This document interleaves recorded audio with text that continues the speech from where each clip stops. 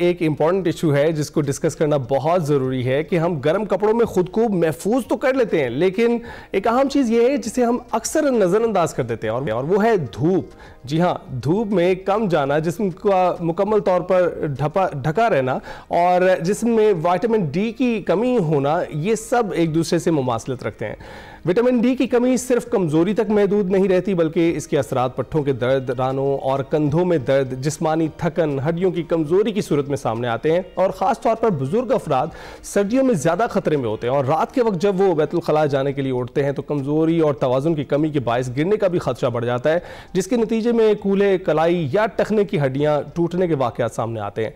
बर्फबारी वाले इलाकों में तो सूरत हाल और भी संगीन होती है, जहाँ सड़कों पर फिसलन के बायस टखने और कलाई के फ्रैक्चर के केसेज में वाज़े तौर पर इजाफा देखा जाता है। तो सवाल यह है कि क्या हम सर्दियों में अपनी हड्डियों और पट्ठों की सेहत का सही ख्याल रख पा रहे हैं और इससे बचाव के लिए हमें किन एहतियाती तदाबीर पर अमल करना चाहिए। आज एक्सप्रेसो में हम इन्हीं अहम सवालात के जवाबात ढूंढेंगे और इन जवाबात के लिए हमारे साथ इस वक्त मौजूद हैं डॉक्टर सुहेल यूसुफ साहब, जो कि कंसल्टेंट हैं ट्रॉमा ऑर्थोपेडिक्स के एप्सम एंड सेंट हिलियस लंदन के जो अस्पताल हैं NHS ट्रस्ट के तहत चलते हैं, वहाँ पर ये काम करते हैं। डॉक्टर सुहेल, बहुत बहुत शुक्रिया मुझे ज्वाइन करने के लिए। कैसे हैं आप? अस्सलाम वालेकुम, बहुत शुक्रिया आपकी दावत का। डॉक्टर साहब, जैसे कि हमने जिक्र किया, सर्दियां जो हैं पाकिस्तान में कुछ महदूद मुद्दत के लिए ही आती हैं, लेकिन जहां आप काम करते हैं वहां पर जो सर्दियों का दौरानी है वो बड़ा है। आप देखते हैं कि वहां वाक़यात का तसलसल यहाँ से कुछ मुमासलत रखता है या पाकिस्तान में ऐसे वाक़यात ज़्यादा होते हैं? नहीं, थोड़ा सा डिफरेंस तो डेफिनेटली है, क्योंकि सर्दी वहाँ बहुत लंबे अरसे चलती है और हमारे यहाँ थोड़े अरसे के लिए आती है, लेकिन प्रिपरेशन वहाँ सर्दी की ज़्यादा है। घर गर्म है, लोग कपड़े ऐसे पहनते हैं कि अपने आप को गर्म रखें। लाइफस्टाइल में चेंजेस भी इस तरह एडजस्ट कर लेते हैं, क्योंकि दौरानिया बहुत लंबा है तो वो मुश्किल नहीं लगता। यहाँ थोड़ा सा फ़र्क है, सर्दी थोड़े दिनों के लिए आती है और अचानक आती है। जैसे आजकल मैं दिसंबर में यहाँ आया हूँ तो सारे कपड़े पैक करके लाया हूँ सर्दी के लिए, तो यहाँ सर्दी इतनी थी नहीं। बहरहाल जब आती है तो लोग मुश्किल में पड़ जाते हैं, अपने आप को गर्म नहीं रख पाते, एडजस्ट करते करते सर्दी ख़त्म हो जाती है। बिल्कुल ऐसा ही है। अच्छा, आप देखते हैं कि यहाँ पे लोग इन चीज़ों को उतनी संजीदगी से भी नहीं लेते हैं, शायद इसको उम्र का हिस्सा कह के अवॉइड कर देते हैं या ख़ास ख्याल नहीं रखा जाता। अगर कोई बीमारी चल रही है या कोई हड्डी में कोई तकलीफ़ है उसको चलते रहने देते हैं। क्या आपको लगता है ये मुनासिब होता है या इसको किसी ख़ास एज में ही टैकल करना शुरू कर देना चाहिए? नहीं, मुनासिब तो नहीं है, लेकिन मेरा ख्याल है बहुत सी मौसमियाती तब्दीली की वजह से हमारा टेम्परेचर वैसे ही पाकिस्तान का बढ़ गया। उसकी वजह से लोग सर्दी को इतनी अहमियत नहीं देते, क्योंकि अभी कुछ सालों से सर्दी इतनी ज़्यादा पड़ी भी नहीं, जब पड़ती है तो बहुत थोड़े दिनों के लिए। तो मेरा ख्याल है इस वजह से ज़्यादा लोगों के माइंडसेट में तब्दीली है।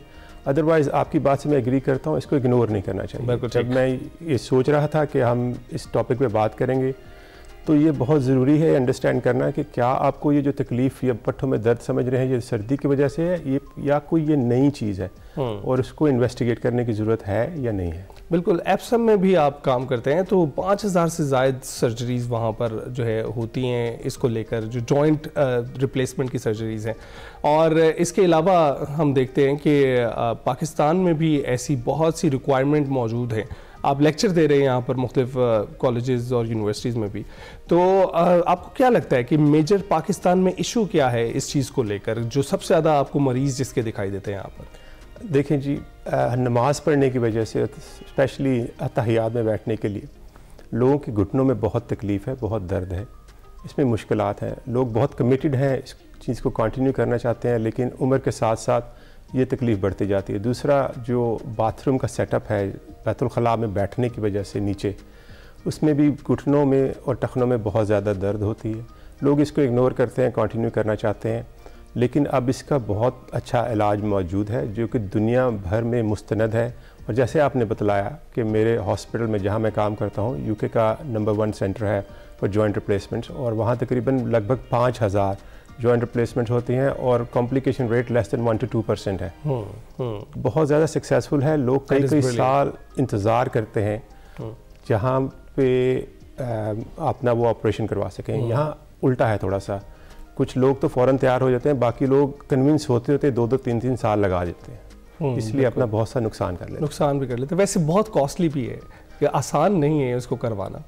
कॉस्टली वहाँ भी है, लेकिन गवर्नमेंट फंडेड है क्योंकि लोग टैक्स पे करते हैं। हमारे यहाँ थोड़ी सी मुश्किल है कि अपनी पॉकेट से पे करना पड़ता है। कुछ हॉस्पिटल हैं हमारे लाहौर में ही जो कि चैरिटी की बेसिस पे करते हैं और बहुत ज़्यादा जॉइंट रिप्लेसमेंट्स कर रहे हैं, मुझे मालूम है।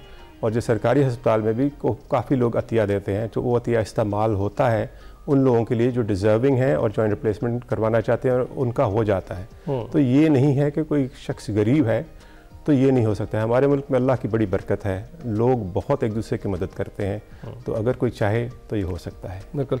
तो अच्छा, एक रिसर्च आई थी जिसमें बताया गया था कि कुछ ब्लू एरियाज़ हैं पूरी दुनिया में जहाँ पर रहने वाले लोग बहुत तवील मुद्दत तक जीते हैं। और जैसे कि आपने जिक्र किया कि हमारे यहाँ पे जो वॉशरूम सेटअप्स हैं उसमें आपको स्क्वाट फॉर्म में नीचे बैठना पड़ता है, लेकिन उसमें ये बताया जा रहा था कि अगर आप स्क्वाट फॉर्म में बैठते हैं तो आपके ढांचे को सपोर्ट मिलती है, आपके मसल्स को सपोर्ट मिलती है, और जो लोग बैठते हैं उनकी ज़िंदगी तवील होती है उन लोगों से जो मुस्तकिल तौर पर चेयर पर बैठे रहते हैं या बेड पर बैठे रहते हैं, तो उनसे ज़्यादा तवील होती है। इसमें कुछ सच्चाई है या ये मिथ है? सच्चाई भी है और मिथ भी है। बोन को स्ट्रेस चाहिए सपोर्ट के लिए और ग्रोथ के लिए। अगर आप लेटे रहेंगे सारा दिन और आप बैठेंगे नहीं, चलेंगे नहीं, तो आपकी बोन कमज़ोर हो जाएगी, जिसको हम कहते हैं ऑस्टियोपोरोसिस। इस तरह हम देखते हैं जो लोग बीमार पड़ जाते हैं, जिनको शुगर हो जाती है, वो बेड में ज़्यादा देर रहते हैं, तो उनकी आप नोटिस करेंगे कि हड्डियाँ बहुत वीक हो जाती हैं, क्योंकि बोन को स्ट्रेस चाहिए, लोड चाहिए ग्रोथ के लिए। तो जैसे कि हम इंसेस्ट्रली हम जैसे चल रहे थे, बाथरूम तो अब बने हैं, कमोड तो अब बने हैं, पहले तो सब लोग नीचे ही बैठते थे। तो उस वक़्त ह्यूमन अडेप्टेशन इस सूरत में बिल्कुल आपको ज़्यादा सेहतमंद करती है। हाउएवर अब जो थोड़ी तब्दीलियाँ आई हैं, जब बाथरूम में बैठना लोगों के अगर दूसरे और तकलीफ़ है, अगर आप उसमें भी बैठेंगे तो आप ऑब्वियसली वो एग्रेवेट हो जाएगी और आपकी तकलीफ बढ़ जाएगी। राइट, यानी हरकत में बरकत है। और ये बताइएगा, कुछ लोग रनिंग को लेकर बड़े मोहतात होते हैं कि ऐसे स्पोर्ट्स खेलते रहेंगे तो आपके घुटने ज़ाया हो जाएंगे और इस तरह की बातें करते हैं, जबकि आप कह रहे हैं कि अगर बोन को स्ट्रेस दिया जाए तो ये ज़्यादा देर प्रोलॉन्ग रहती है और वो ज़्यादा डेंस हो जाती है। तो आपको लगता है कि इसमें कोई बात में सदाकत है? बिल्कुल, जो कि अगर आप देखें हमारे गाँव में ऑस्टियोपोरोसिस या ऑस्टियोपेनिया जब मैं यहाँ पाकिस्तान में काम करता था ना होने के बराबर है, क्योंकि लोग बहुत मेहनत करते हैं, काम करते हैं, उनके मसल भी स्ट्रॉन्ग हैं, जबकि हम इसे कहते हैं सेडेंट्री लाइफस्टाइल। जबकि आप दफ्तर में बैठे रहते हैं, बाहर नहीं निकलते, धूप आपको नहीं मिलती, आपके जिस्म की हड्डियाँ और पट्टे दोनों कमज़ोर हो जाते हैं। तो हरकत में बरकत है और मेरा ये मानना है कि हमें बनाया ही इसलिए गया है कि हम चलते फिरते रहें। और आप देखें जो शख्स नहीं चलता उसके मेंटली और फिज़िकली दोनों चीज़ें कम होनी शुरू हो जाती हैं। और आप तो ये जो जिम में जाने वाले अफराद हैं और वर्जिश करने वाले लोग हैं, इनको फिर सपोर्ट ख़ास कर मिलती होगी क्योंकि स्ट्रेंथ ट्रेनिंग कर रहे होते हैं और उसमें जो है हड्डियों पर दबाव तो बहुत आता है। जी बिल्कुल, ये इम्पॉर्टेंट है। और जो लोग वर्जिश करते हैं वो ज़्यादा देर सेहतमंद रहते हैं और and healthy mind has a healthy body. ठीक है, तो इसलिए चीज़ें साथ साथ जो लोग सोचते हैं, काम करते हैं, वो अपनी सेहत का ख्याल रखते हैं, अपने जिस्म का ख्याल रखते हैं, तो ये दोनों साथ साथ चलती हैं। तो डॉक्टर साहब, जो देसी खुराकें खाने वाली जो एक दास्तान थी और हम कहते थे कि पुराने लोग जो हैं वो कमाल करते हैं, वो उन्होंने क्या क्या चीज़ें खाई हैं जिसकी वजह से वो ऐसे हैं, तो वो भी एक मिथ थी या वो हरकत ज़्यादा करते थे जिसकी वजह से अब जो आपके लोग जो हैं वो उनसे ज़्यादा कमज़ोर हैं? देसी खुराकों का तो रुझान दुनिया भर में है इस वक्त।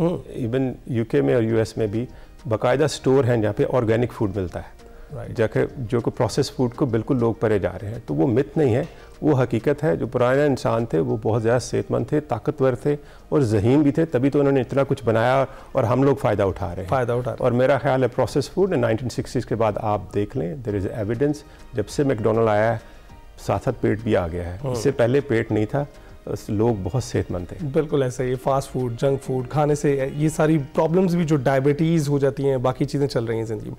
तो बहुत बहुत शुक्रिया डॉक्टर सोहेल हमें ज्वाइन करने के लिए, आपने बहुत ही मशवरे दिए हैं। और जनाब, जैसे कि हम डिस्कस कर रहे थे कि हरकत में बरकत है, आप भी हरकत कीजिए, ख़ुद को तवाना रखें, सेहतमंद रखें। आज के लिए इतना ही, कल फिर हाजिर होंगे। अल्लाह हाफ़िज़।